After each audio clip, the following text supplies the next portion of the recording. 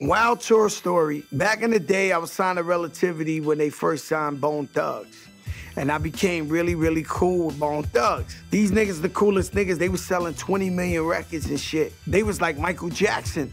So I go with them to Cleveland. They was doing a big concert, and it was like the Bone Thugs hit Cleveland. That's where they from. When they performed, it felt like the stadium was gonna break. Like literally the stadium was shaking. Illegal, like it was almost like an earthquake, right? After the show, we get on the tour bus, and there's at least 100 cars following us, right? So we looking out the window, and this girls showing their titties at Bone Thugs. They going crazy on top of the car. So we get to the hotel. These niggas were so big that the whole hotel was closed. And it was like a Hyatt or some shit. So it was just their security. They had these big mongoloid dudes standing in the front, and they wouldn't let nobody in the whole hotel. So it was maybe like 200 girls trying to come party with these niggas. So they were there like just picking out chicks. Like, yo, you, nah, your friends can't come. I'll take the red bone, this. They picked about a good 40 chicks, right? So we all we go up, and we get to the elevator, we go on the elevator. These niggas were so big, they rent the whole floor. Like they owned the 16th floor. Every hotel room in the whole 16th floor was they shit. I never seen no shit like that, right? So the elevator goes up, and everybody gets up, and your man, Busy Bone, the light-skinned one, he turned around and tell the girls, he said, listen, y'all know what this is. If you ain't fucking, y'all got to leave. And if you stand, everybody take your fucking clothes off. Yo, these bitches start taking, 40 bitches taking their clothes off. Nigga had a little radio after they was taking their clothes off. He pressed play, and the shit was Michael Jackson. Bam, bam, and the nigga walking in the hallway doing the Michael Jackson shit. Bam, bam. I'm like, yo, what the fuck? These niggas is unreal. This shit crazy. That's my tour story. It was one of our days off, and we was all out there chilling. Boom was dirty was drunk. You know what I mean? He was on some Richard Pryor shit all day that day, making us laugh. And we decided to go to the beach and just go drive some jet skis, you know?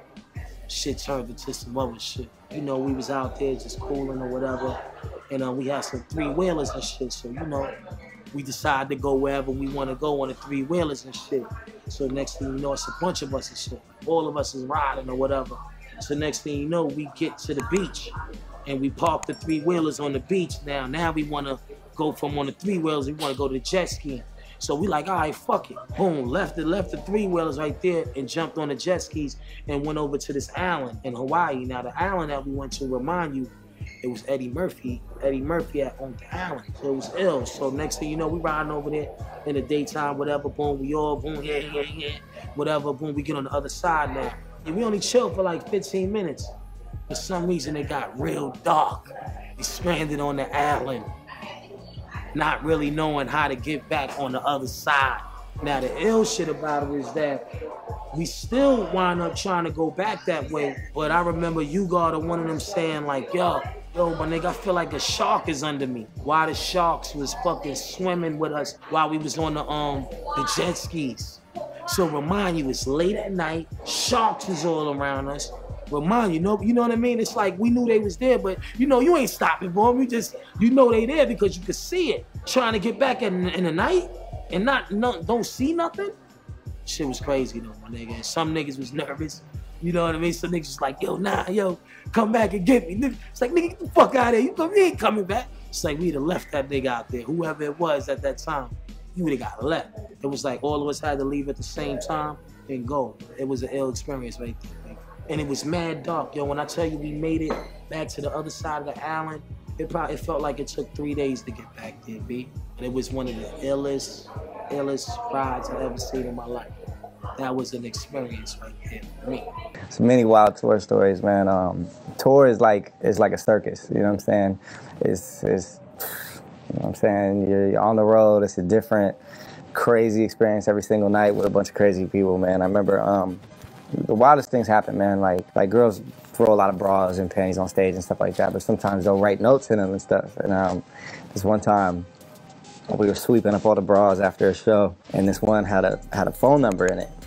I think one breast had one phone number and the other had another phone number or something.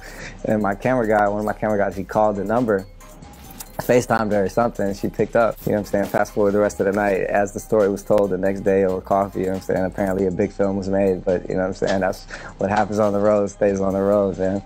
So, you know, write them numbers in the browser, you never know what might happen, man. Craziest industry party, man, it's an Oscar party, and everybody is there, and I'm just tripping out, man, because I still, like, I look at these people like, yo, and this was my first time around. I hadn't met any of them yet, so I see Leo walk in, I'm like, yo, that's Leo, you know, with a supermodel on his arm in a red dress. He's looking like, you know, the cleanest cat ever. Johnny Depp walks in, like Ellen, you know what I mean, is just right there, fucking, you know, like everybody you could ever imagine.